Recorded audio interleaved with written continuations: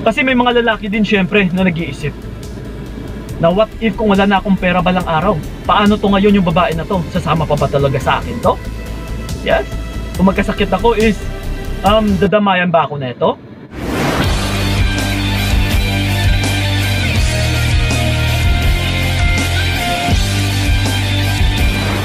Yun, what's up?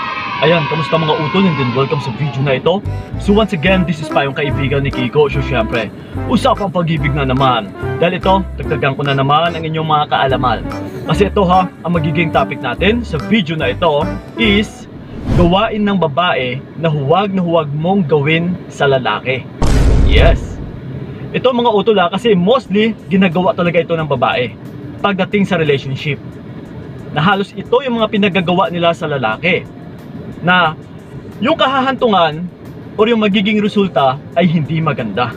Or yung relationship niyo will ended worst or mas maging toxic pa. Okay? So ano ba yung mga gawain na ito? Para maiwasan nyo na rin habang maaga pa. So yun ha, ito. Unang-una is pagbigay ng maraming regalo. Yes. Ito mga utol ha, actually marami rin talagang mga babae na ganito na nagbibigay ng regalo sa lalaki. Na halos palagi-lagi. Na yung tipong parang kulang na lang ay yung babae pa yung bumubuhay sa lalaki. Yung iba pa nga dyan is parang ginagamit yung pagbibigay ng regalo para mahalin sila ng lalaki, para hindi sila iiwan ng lalaki. Maraming ganito utol. Actually marami akong nakakausap na ganito yung situation. Na yung kahahantungan is inabuso ng lalaki. So ganun pa man mga utol, kung gusto nyo talagang magbigay sa mga partner ninyo, ay paminsan-minsan lang. Kung may okasyon lang. Huwag yung tipong parang ikaw pa talaga yung bubuhay, na yung tipong ikaw pa dito yung magiging haligi ng tahanan. Lagi mong tandaan ha, once na yung lalaki ay hindi ka kayang suportahan, ay talagang mas lalo lang lalala yung situation sa relationship ninyo. Na ito yung magiging sanhi ng pag-aaway ninyo balang araw. Yes po. So ganun pa man mga utol, why not nahayaan ninyo yung mga lalaki na magbanat ng buto para sa inyo or para sa magiging pamilya ninyo balang araw. Okay? So yun ha, and then ito. Yung pangalawa natin is talikuran ang family and friends. Yes. Actually, marami rin talaga mga babae na ganito. At saka marami rin akong kakilala na ganito ha, na oras ng pagkajowa lang ay itsapwera na yung mga kaibigan. Itsapwera na yung mga family niya or yung mga kamag-anak niya. Ito mga utol ha, siguraduhin nyo muna kung sino yung lalaki na kinikilala ninyo or yung naging partner ninyo. Kasi bago mo tatalikuran yung friends mo, sigurado ka ba na yung lalaki na yan ay hindi ka tatalikuran balang araw? And then, may mga kalalakihan din kasi na yung tipong gusto ka nila ipatalikod sa mga kaibigan mo. Uy, wag ka nang sumama dyan. Ang papangit ng mga kaibigan mo. Ang sasama ng ugali. Lalong-lalo na sa family mo. Ayoko sa family mo. Wala akong pakialam sa kanila. Ang gusto ko ikaw lang. Naku utol ha, once na ganito yung lalaki, talikuran mo na. Ikaw yung tumalikod.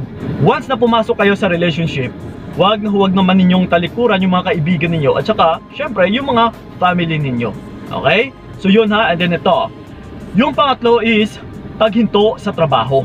Yes. Sinasakripisyo yung trabaho para lang sa relasyon. Oh.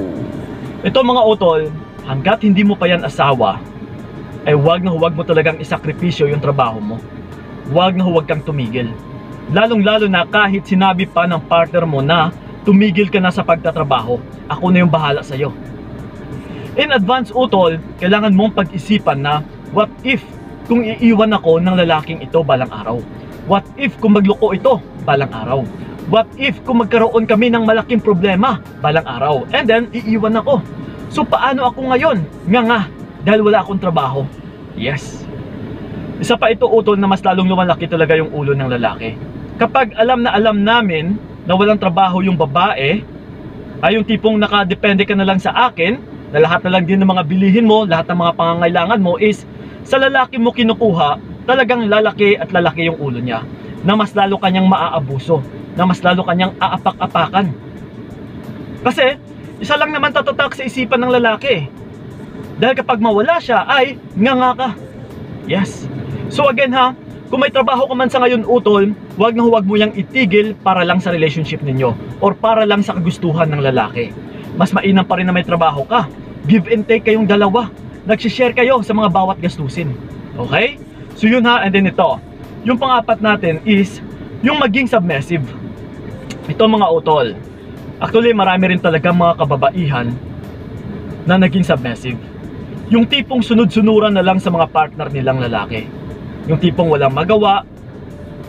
Yung tipong kahit ano yung sasabihin ng lalaki is sinusunod na lang. Na parang takot na takot sa mga partner nilang lalaki. Dahil yung isa dyan is threatened sila na baka iiwan sila ng partner nila. That's why na kahit ano yung sasabihin ng lalaki ay ginagawa talaga ng babae.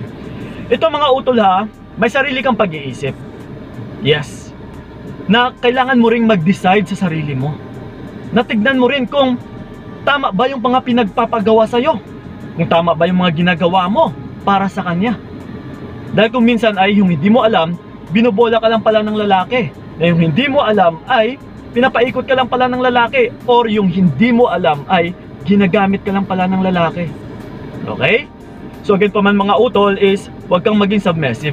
Kasi sa relationship, hindi naman ito na nagmamatter sa kung sino yung magsasubmit eh. Kailangan is, syempre, magkaunawaan kayo. Tingnan ninyo kung sino ba talaga yung mali, sino yung may kasalanan, at saka sino yung tama. Hindi yung all the time ay siya na lang. Siya itong mas maangat sa'yo. Kailangan talaga ay magbigayan. Which is, patas kayo dapat sa isa't isa. Okay? So yun ha, and then ito. Yung panglima natin is, pabaya sa appearance. Sa physical appearance mo, utol. May mga kababaihan din ganito. The ones na pumasok na sa isang relasyon ay naging pabaya na sa kanilang sarili. Na Kuya Kiko, yes po, pinapabayaan ko na nga yung sarili ko. Mas inuuna ko na nga yung partner kong lalaki. Mas nilalaan ko pa yung buong oras ko para sa kanya. Kahit yung tipo na lang na parang kulang na lang ay isusubok mo na lang is ibibigay mo pa sa kanya. Oh no! Ito mga utol ha, hindi mo ba alam na yung mga lalaki, first impression ay nakikita sa babae is yung physical na anyo mo. So ngayon, once na pinabayaan mo ito, naging losyang ka na or naging mataba ka na, ay pwedeng ma-echapwera ka ng lalaki. Na balang araw talaga is parang wala ka ng halaga pagdating sa kanya. Kasi ikaw din mismo ay pinapabayaan mo na yung sarili mo. Talagang papabayaan ka rin ng partner mo. Okay? So still, magpaganda at saka magpa-sexy ka pa rin kahit nasa loob ka na ng relationship ninyo. Okay? So yun ha, and then ito. Yung pang-anim natin is oo lang ng oo. Yes, may mga babae din ganito na oo lang ng oo. Which is parang too much available. Hindi man lang marunong umayaw. Na kahit ano yung sasabihin ng lalaki ay, oy sige, oo, gagawin ko yan. Like kanina sa sinabi ko na yung pagiging submissive. Ito mga utula again, may sarili kang pag-iisip. Tignan mo muna kung nasa tama or nasa mali ba yung pinapapagawa sa'yo or yung dapat ninyong gawin. Huwag kang puro oo ng oo. Kagaya na lang sa pagbigay ng pagbigay, pagpadala ng mga pera, pagpadala ng kahit ano-ano pa dyan, mga ari-arian. No. Ha? Kung ito, utol, yung nagpapatreten sa'yo, na parang ito yung panunumbat niya sa'yo, na kung hindi ka magpapadala ng pera is lalayuan kita, nako, atrasan mo na yung lalaking yan dahil hindi worth it mahalin yan. Talagang it will end up pa rin na maghiwalay kayo balang araw kung ganito yung klase na lalaki yung pinili mo. Okay? So yun na din ito. Yung panghuli natin is yung pagiging dependent woman. Yung nakasandal na lang sa lalaki. Mostly marami rin talagang babae na ganito. Sumasandal na lang sa lalaki. Na yung tipo na naghahanap ng mayaman para yayaman din. Uy, mayaman to, yung lalaki na to. Sasandal ako dito. Or sasama ako dito. Pero ito mga utol ha, yung hindi ba ninyo alam ay maaabuso lang kayo ng lalaki. Mas lalo nyo lang binababa yung respeto ng lalaki sa inyo. Na mas lalo nyo lang binababa din yung sarili ninyo. Kasi mararamdaman din ito ng lalaki. Makikilala din namin yung kilos ng isang babae, utol. Lalong lalo na kapag alam namin na pera lang naman yung kailangan mo. Yes, maraming babae talaga na ganito, na sumasama lang sa lalaki. Kasi may mga lalaki din syempre na nag-iisip na what if kung wala na akong pera balang araw? Paano to ngayon yung babae na to? Sasama pa ba talaga sa akin to? Yes, kung magkasakit ako is dadamayan ba ako neto? May mga ganong lalaki, utol. So ikaw din, para hindi ka maabuso, is kailangan talaga huwag kang maging depende sa kanya. Huwag mong idepende lahat-lahat sa kanya. Pati yung pagdidesisyon mo. Lahat na lang ng pangangailangan mo is nakadepende sa partner mo. Kasi ito mga utol ha, like I said na rin kanina, kung gusto mo nang kumalas, kagaya ng niloloko ka na niya, ay hindi ka makakalas. Kasi, nga ka, wala kang makain dahil nakadepende ka lang sa kanya. So again, mas mainam pa rin na may sarili kang source of income. Ha? So yun po mga utol, sanay nakatulong talaga yung video na ito. So alam nyo na, yung dapat ninyong iwasan ng mga gawain. Dahil for sure, mas lalo lang masisira yung relationship ninyo balang araw kung ito yung mga pinagkagawa mo sa partner mong lalaki. So yun lang po, maraming salamat talaga. And then syempre, may TikTok account tayo. So sa mga mahilig mag-TikTok dyan, na palagi nag-scroll dyan, yes, hanapin nyo na rin yung payong kaibigan ni Kiko na account natin, which is marami din kayong matututunan doon. So yun lang po mga utol, maraming salamat talaga. So ingat kayo ha, God bless and babush! Binigay ko lahat para wala kang masabi. Kaya nga hindi